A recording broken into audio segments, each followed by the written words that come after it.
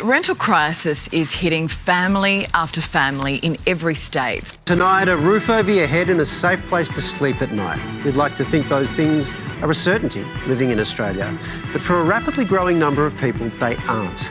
In this report, saying the housing crisis has not just become an economic issue, but a deeply ethical one. Do you agree with this, Ben? It's the great Australian nightmare.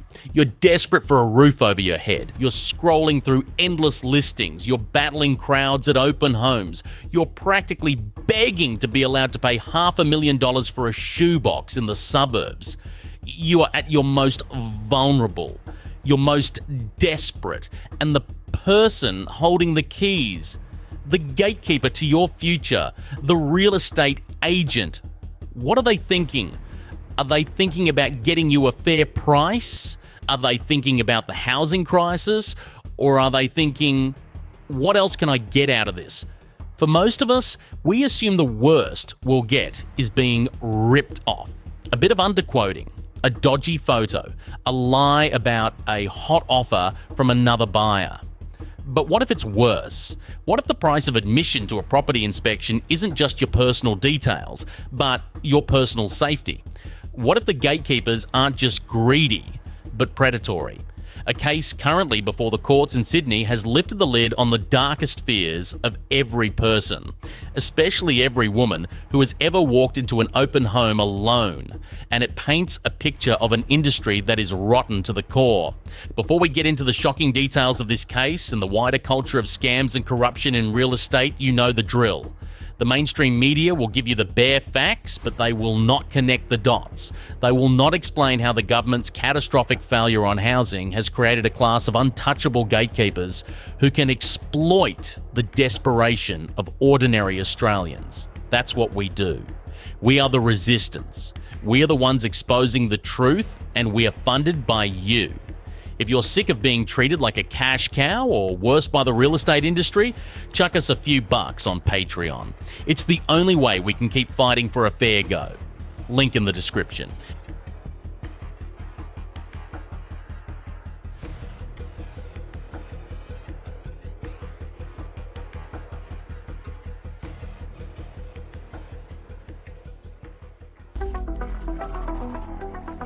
On Tuesday, October 14th, a trial began in Sydney's Campbelltown District Court that should send a shiver down the spine of every Australian.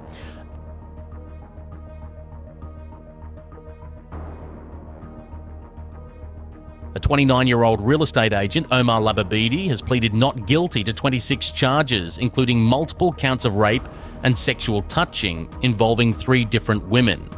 The alleged location of these crimes? Not a dark alley, not a nightclub, but where he worked, at open for inspections in southwest Sydney. Now, we have to be very clear here. Mr. Lababidi has pleaded not guilty and the trial is ongoing. He is innocent until proven guilty, but the allegations laid out by the prosecution paint a truly horrifying picture. The Crown alleges that between 2021 and 2023, Lababidi used his position as a real estate agent to assault 3 women. It's alleged he pinned them against walls, and in one case, forced a woman to perform oral sex on him at 3 separate open homes. The prosecution claims that when one woman tried to resist, he told her not to worry, no one was looking. The court heard allegations of him sexually touching a woman in a kitchen before being interrupted by the owner and forcing another to touch his crotch until a couple arrived for a viewing. His defense barrister argues that Lababidi had a reasonable belief the women were consenting, that he was just flirting, and that the jury is not in a court of morals. But let's be real.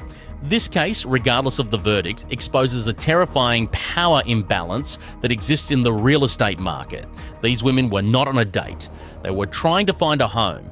They were in a vulnerable position, in an empty house, with a man who held the keys to their potential future. A man who decides who gets to apply, who gets a viewing, who gets their application passed on to the landlord. He is the gatekeeper, and it is alleged that he exploited that power in the most sickening way imaginable. This isn't just about one man. This is about a system where the housing crisis has turned real estate agents from salespeople into godlike gatekeepers. They hold the power of life and death over people's dreams. And when you give people that much power in an unregulated, high-stakes environment, you are creating a breeding ground for predators. You are sending a clear message that anything goes in the desperate scramble for a home.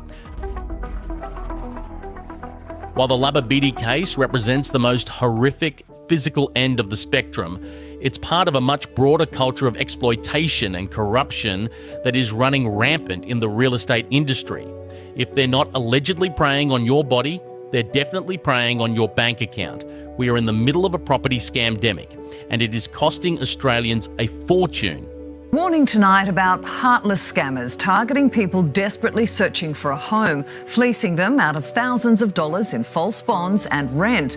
Get this. According to the ACCC, the amount of money lost to property scams has exploded from $13 million in 2021 to a staggering $43.2 million in 2024. That's a 232% increase in just 3 years. And the scary part? Almost no one can spot it. Research from the property exchange platform PEXA found that a whopping 97% of Australians who had recently bought or intended to buy property failed to spot the warning signs in scam emails. The most devastating of these is the settlement scam. Hackers, often using sophisticated AI to clone voices and create perfectly convincing emails, will hijack the email accounts of real estate agents or conveyancers. They'll watch the email chain, wait for the perfect moment, and then send a fake email with altered bank details demanding the urgent transfer of the deposit or settlement funds. People are losing their life savings in the blink of an eye. A Sydney couple lost $970,000. A buyer in WA lost $732,000. A retiree nearly lost $800,000. These aren't just numbers. They are shattered dreams, ruined retirements, and lives turned upside down. Why is this happening? Because, as one expert put it, property transactions are the perfect storm for criminals. Large sums, short time frames, and routine reliance on email. Buyers are stressed, they're busy, and they're desperate.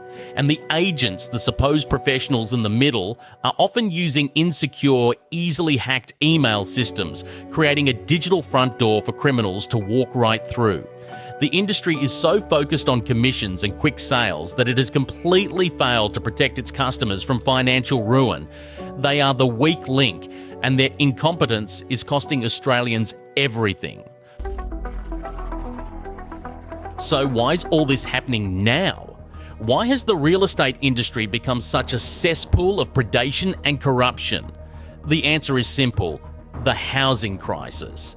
The government's complete and utter failure to manage the housing market has created the perfect environment for these predators to thrive. When you have record low vacancy rates, when you have dozens of people lining up for a single rental property, when you have house prices so high that people are forced to drain their entire life savings just to get a foot in the door, you create a dynamic of extreme desperation. And desperation makes people vulnerable. It makes them overlook red flags. It makes them take risks they would never normally take. It makes them easy targets. This desperation is the currency that the entire real estate industry now runs on. It's what allows an agent to allegedly believe he can get away with assaulting women during an inspection. It's what allows scammers to trick people into sending their life savings to a foreign bank account. It's what allows agents to engage in a whole host of other dodgy practices. From rampant underquoting to creating fake rental applications to pressure tenants into offering more rent.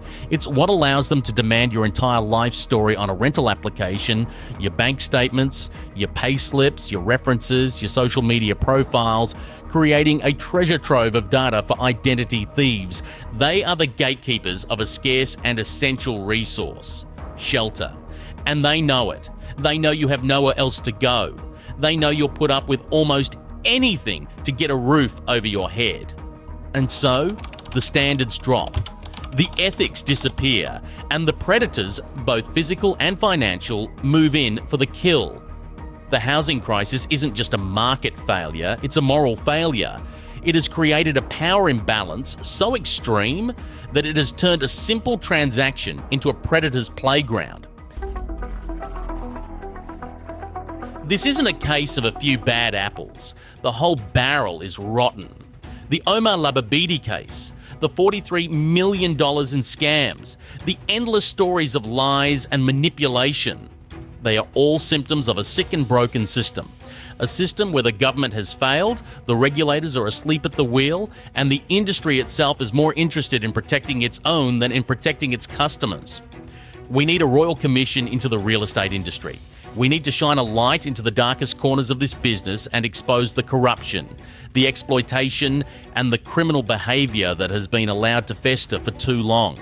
We need to hold agents to a higher standard, with real consequences for misconduct, including jail time for the worst offenders. We need to overhaul the pathetic training and licensing standards that allow people like this to get a license in the first place. And most importantly, we need to fix the damn housing crisis so that people are no longer so desperate that they become easy prey.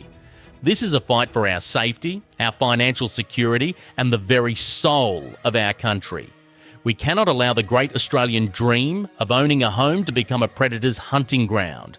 It's time to demand better. It's time to fight back. It's time to remind these agents that they work for us, not the other way around. And that fight starts here.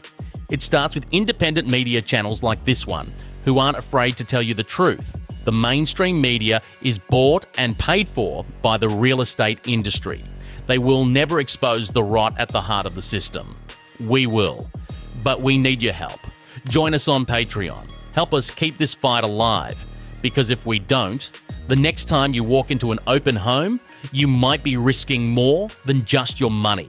To see the latest Australian crisis, click this video here.